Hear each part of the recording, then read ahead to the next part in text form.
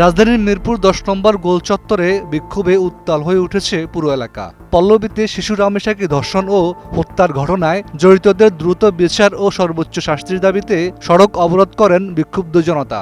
জুমার নামাজের পর শুরু হওয়া এই আন্দোলন কয়েক ঘণ্টা ধরে বন্ধ থাকে যান চলাচল, যার ফলে সৃষ্টি হয় তীব্র যানজট। ঈদ আসবে, সাথে ক্যাশব্যাকও আসবে। নিজের বা প্রিয়জনের জন্য কেনাকাটায় এবারও নগদ পেমেন্টে পাচ্ছেন দারুণ ক্যাশব্যাক। তাই যাই কিনুন, পেমেন্ট করুন নগদে।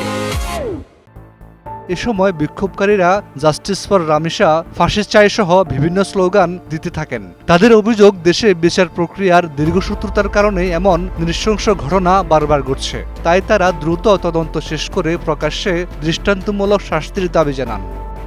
আন্দোলনকারীদের কণ্ঠে উঠে আসে ক্ষোভ আর প্রতিবাদের ভাষা। কেউ বলছিলেন, আমার বোন খুন হলো কেন? আবার কেউ স্লোগান দিচ্ছেন, অপরাধী আস্তানা ভেঙে দাও, ঘুরিয়ে দাও। বিক্ষোভে নারী পুরুষের পাশাপাশি অংশ নেন শিক্ষার্থী ও বিভিন্ন শ্রেণী পেশার মানুষ।